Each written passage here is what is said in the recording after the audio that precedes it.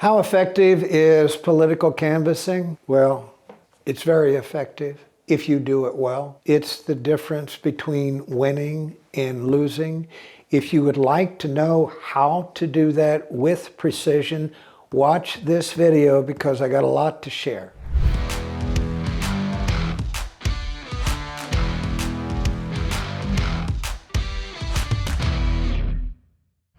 So basically what we're going to cover in this video is simply this. I'm going to tell you exactly what it is. I'm going to tell you why candidates do it. I'm going to tell you the ways they do it. And then I'm going to tell you how to do it in the most effective way possible. Stay with me. Let's first start with what is political canvassing. This is kind of the way it works in its basic form. It's sending people to knock on doors to discern whether the person who lives behind that door is going to vote for you, or if that person is undecided, or if that person is going to vote for your opponent. That's it. That's the reason you do political canvassing. Now let's turn to why it's done, because there are reasons that go beyond just knowing whether someone's is for you, undecided, or against you. The reason it's done, and the real why, is number one, it can save you a ton of money. For example, if you are in a jurisdiction and you send canvassers out and they knock on, say, 5,000 doors, and when all of the results of that canvassing come back, you find that there are 1,000 doors that they knocked on where not a soul in that household is going to vote for you. This is why it saves you money. It's because you get them off your advertising list. You stop spending money on mail. You stop digital advertising. You get them off your Facebook and Instagram targeting list. You make sure they're not on your IP targeting streaming list that we do with TV commercials.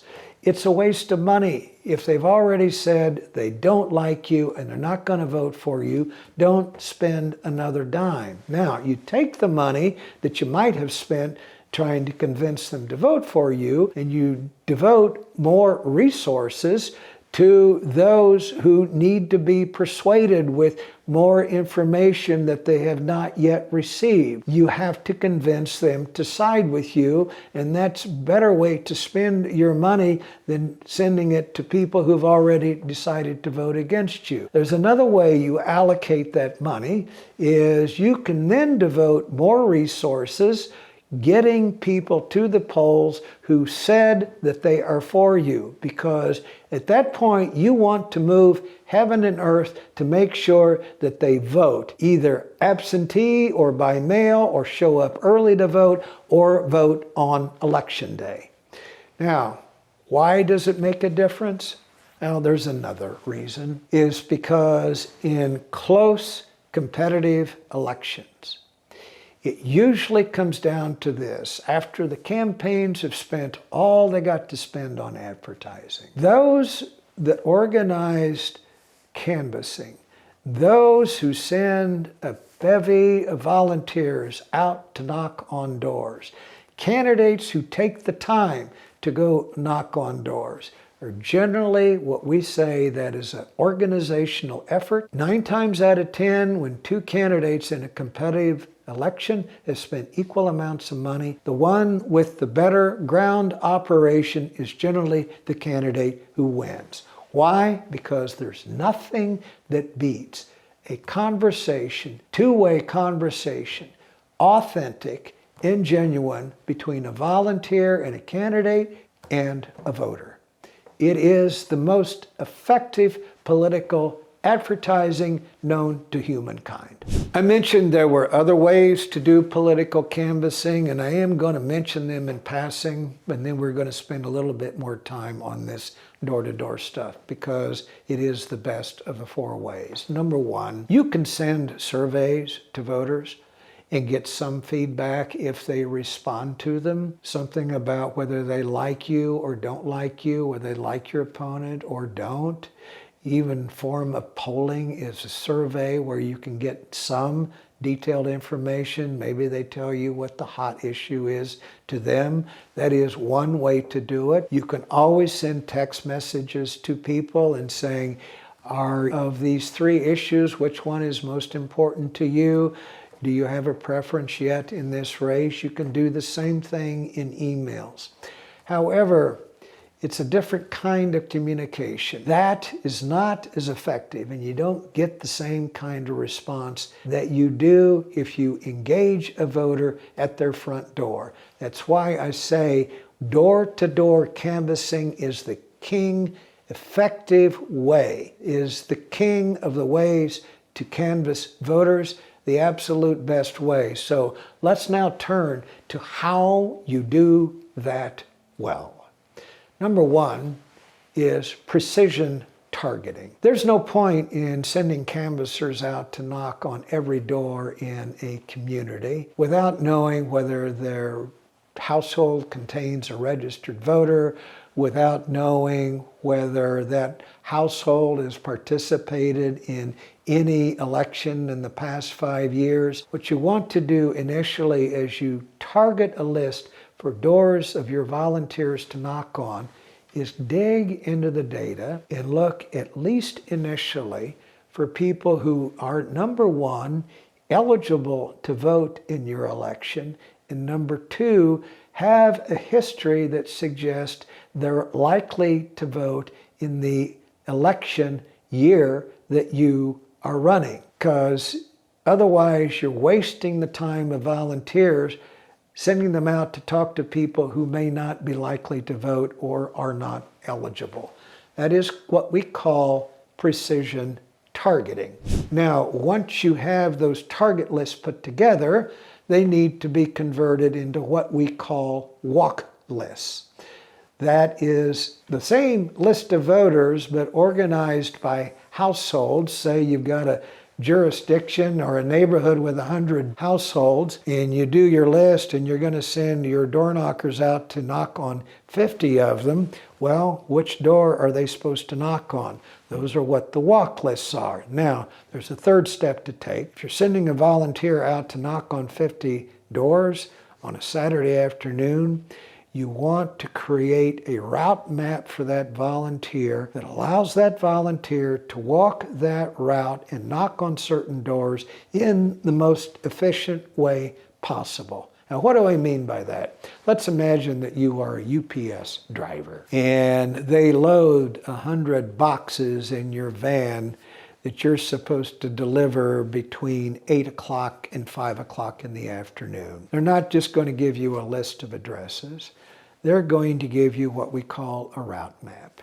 They're going to say this is stop number 1, and this is the shortest and most efficient route to stop number 2, and then stop number 3. In other words, to save the time of the driver and to save UPS the gas that goes in that truck, they're going to create the shortest distance between every single one of those 50 points in the most efficient way to get there. If you do that for your volunteers, you will have a happier set of volunteers because you're making the effort to make sure that they do not waste a single minute of their time.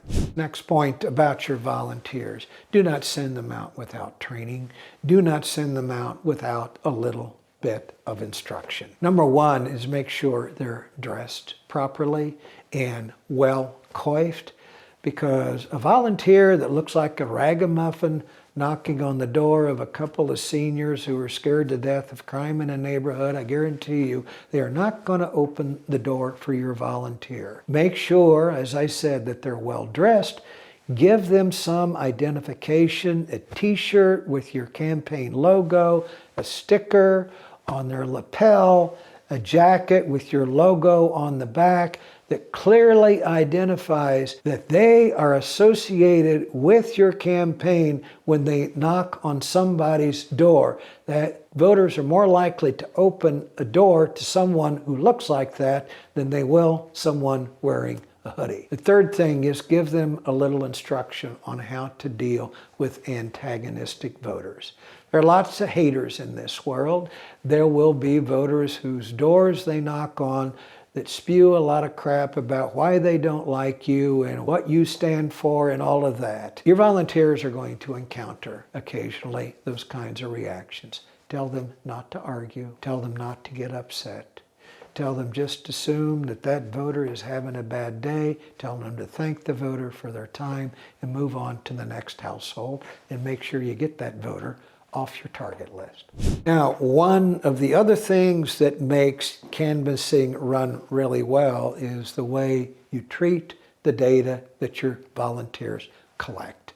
There are ways to treat data that include, you can send them out with a clipboard and papers attached, and as they go from door to door, they can make notes on who they talked to, what was said in the conversation, and their greatest issue concern. Most modern campaigns these days use what we call apps, where that data from their walk list is loaded into their cell phone, and they just click on the app when they're ready to go, and it seamlessly takes them from one house to another. And after each conversation, they record the data into their phone, and then at the end of the day, they send it back to the campaign headquarters. The only thing I would caution you about is there are a lot of companies out there that think that they have the greatest app in the world. Before you spend a lot of money to lease or buy that app, talk to other people who have used it and make sure that it fits and does for you